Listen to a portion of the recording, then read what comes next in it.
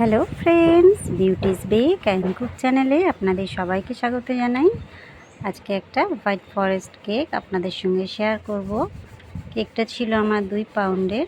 আমি কেক স্পঞ্জটা 3টে লেয়ারে কেটে, এই যে এটা হচ্ছে কনডেন্স মিল্ক, এটা আমি জলের সঙ্গে মিক্সড করে কেক স্পঞ্জটা ভালো করে সোক করিয়ে নিয়েছি।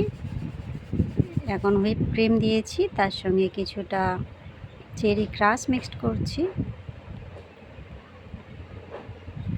কনডেন্স মিল্ক যদি না থাকে সেক্ষেত্রে হোয়াইট চকলেট গানাশ জলের সঙ্গে মিক্সড করেও দিতে পারেন। চকলেট কেকের এই কেকের টেস্টটা অনেক বেশি ভালো লাগবে খেতে।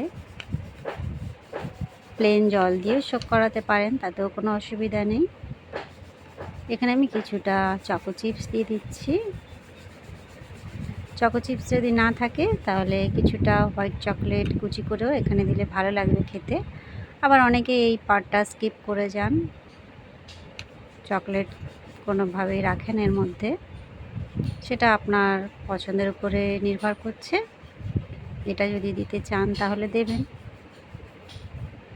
এখানে আমি 2 রকম প্রসেসে দেখাচ্ছি কিভাবে ক্রাস্টটা মিক্সড করা যায়। একবার আমি ক্রিমের সঙ্গে পুরোপুরি মিক্সড করে দেখিয়ে দিলাম, আর এটা একটা অন্য প্রসেস দেখাচ্ছি। যাদের ক্রিমের সঙ্গে মিক্সড করতে অসুবিধা হয় তাদের জন্য এই প্রসেসটা।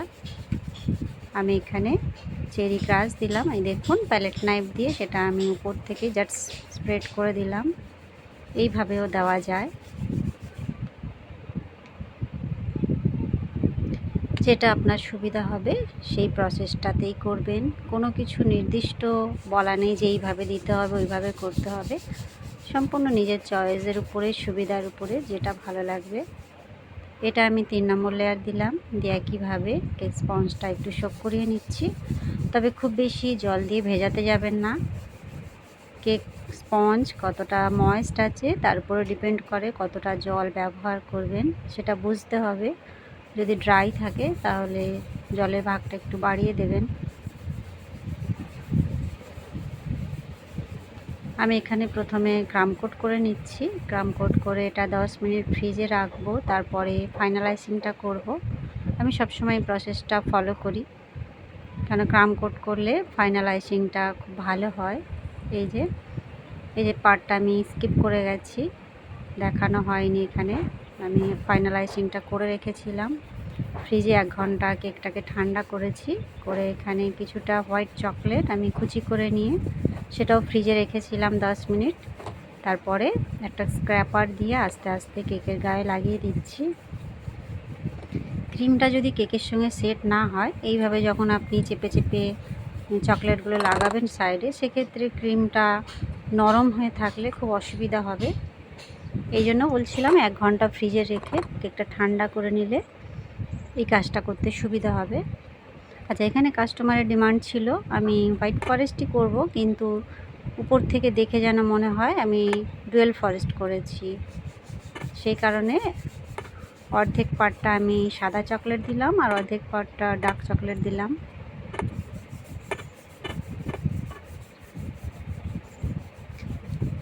সবসময় চকলেটটা একটু হালকা করে কুচিয়ে নিয়ে একটু ফ্রিজে রেখে দিলে চকলেটটা একটু শক্ত হয়ে গেল, তখন দিতে সুবিধা হয়।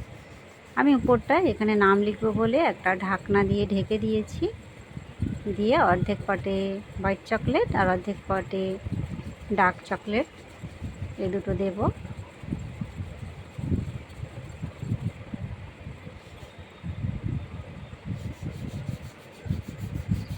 নর্মালি এই কেকগুলোর উপরে একটা চকলেট টপার বসিয়ে দেওয়া হয়, তার উপরে নাম লিখে, কিন্তু আমার এই পার্টটা খুব ভালো লাগে, আমি মাঝখানেই লিখে দিই। আলাদা করে চকলেটের উপর আমি আর লিখি না।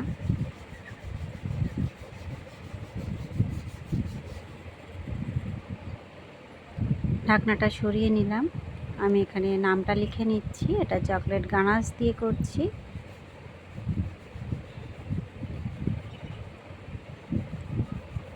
চকলেট গানাশটা যেন একটু স্মুথ অবস্থায় থাকে, নচেত লিখতে পারবেন না, খুব অসুবিধা হবে। এবারে যেখানে যেখানে ফুল বানাবো সেখানে আমি একটু আঙুল দিয়ে জায়গা করে নিচ্ছি, যাতে ক্রিমের সঙ্গে টাচে থাকে। চকলেটের সঙ্গে করতে গেলে কি হবে, চকলেট উঠে আসবে আর ফুলটাও উঠে আসবে। এরকম একটু জায়গা করে নেবেন, এবারে প্রেস করবেন ভালো করে, তারপরে ফুলটা বানাবেন। এটা হচ্ছে 1M নজেল দিয়ে করছি।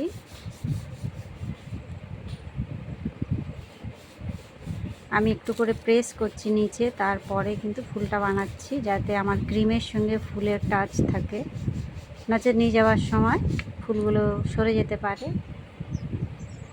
কতগুলো চেরি নিয়েছি, উপরে বসিয়ে দিচ্ছি।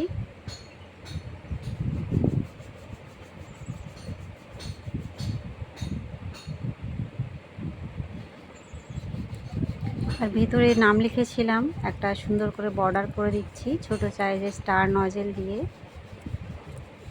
এতে দেখতে কিন্তু আরও সুন্দর লাগছিল কেকটা। এই যে আমার কমপ্লিট বন্ধুরা, এই কেকের ফাইনাল লুক। ভালো লাগলে বা একটু হেল্পফুল মনে হলে অবশ্যই একটা লাইক দেবেন, চ্যানেলটা সাবস্ক্রাইব করে রাখবেন। আমার চ্যানেলে বিভিন্ন ধরনের ডিজাইন আছে, সেগুলো দেখে অনেক কিছু শিখতে পারেন, ট্রাই করতে পারেন। দেখা হবে আপনাদের সঙ্গে নেক্সট ভিডিওয় নতুন কিছু নিয়ে। Bye bye.